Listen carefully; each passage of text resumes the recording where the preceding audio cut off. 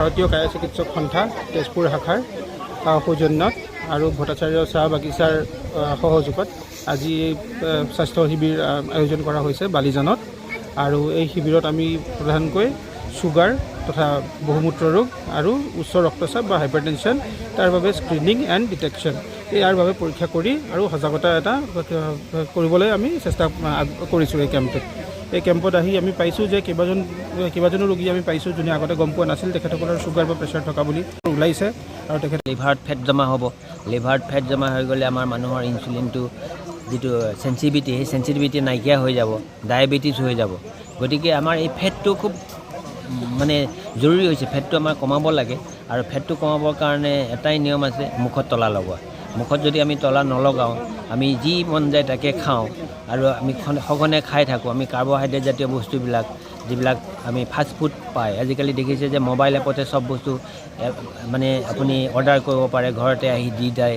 আৰু সেই সকলো বস্তুবিলাক বেছি তেলত বনাই, বেছি মানে স্বাদ লগোৱাকৈ খাব গ'লে যাতে ভাল লাগে সেইকাৰণে বেছি তেলত লগায়, তাতে বেছি মছলা চছলা দিয়ে আৰু সেইবিলাকৰ কাৰণে গেষ্ট্ৰিক জাতীয় প্ৰব্লেমবিলাকো হয়। লিভাৰত ফেট হৈ যায়, লিভাৰত ফেট হোৱাৰ পাছতেই গোটেই ছিষ্টেমবিলাকেই বেয়া হৈ যায়, পলিউশ্যন হৈ যায়।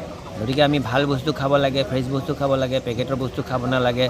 প্ৰেছাৰ চুগাৰটো আমি জুখি থাকিব লাগে আৰু যদি প্ৰেছাৰ চুগাৰটো থাকে আমি ভয় কৰিব নালাগে, তাৰ কাৰণে আমি দৰৱ আছে, দৰৱ খাব লাগে। এনেকুৱা কথা নহয় যে আমি কমপ্লিকেশ্যনৰ কাৰণে ৰৈ থাকিম, আমি পেৰালাইচিছ হোৱাৰ পাছতহে আমি প্ৰেছাৰটো দৰৱ খাম।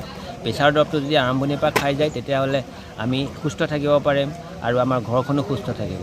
স্বাস্থ্যকেন্দ্ৰত অকল বেমাৰ হ'লে যোৱাটোৱে কথা নহয়, এটা বয়স 30 বছৰ বা 40 বছৰ হোৱাৰ পিছত বা যদি আপোনাৰ ঘৰৰ লোকৰ পৰিবাৰৰ লোকৰ কাৰোবাৰ হাই প্ৰেছাৰ চুগাৰ আছে, যেনে মা দেউতা ভাই ভনী মামা মাহী বা দেউতাৰ ফালৰ খুৰা পেহী সকলোৰে যদি আছে, আপোনালোকে নিয়মীয়াকৈ বছৰত এবাৰ হ'লেও যদি গৈ নিজৰ হাই প্ৰেছাৰটো আৰু চুগাৰটো যদি চেক কৰাই থাকে তেন্তে এই বেমাৰটো আৰম্ভ হোৱাৰ লগে লগে আপোনালোকে গম পাব। বহুতবাৰ কি হয় যে বেমাৰটো আৰম্ভ হৈ গৈ 3-4 বছৰলৈকে আমি গম নাপাওঁ, কাৰণ এইবোৰ বেমাৰৰ সাধাৰণতে লক্ষণ একো নাথাকে। মানুহে ভাবে যে মোৰ লক্ষণ একো নাই, কিন্তু প্ৰেছাৰ 200 ওলাইছে ওপৰত, তলত 100 ওলাইছে, ইয়াতো আমি পাইছোঁ।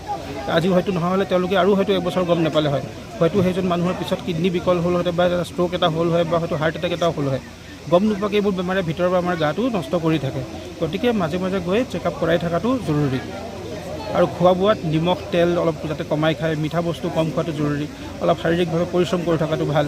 ইয়াতে এটা এৱেৰনেছ কেম্প, সচেতনতা এটা কৰিবলৈ মানুহখিনিৰ ওচৰত যে উচ্চ ৰক্তচাপ আৰু আপোনাৰ ডায়েবেটিছ মধুমেহ এইখিনি এটা এৱেৰনেছ কেম্প কৰিব আহিছোঁ আৰু ডিটেকশ্যন কেম্প।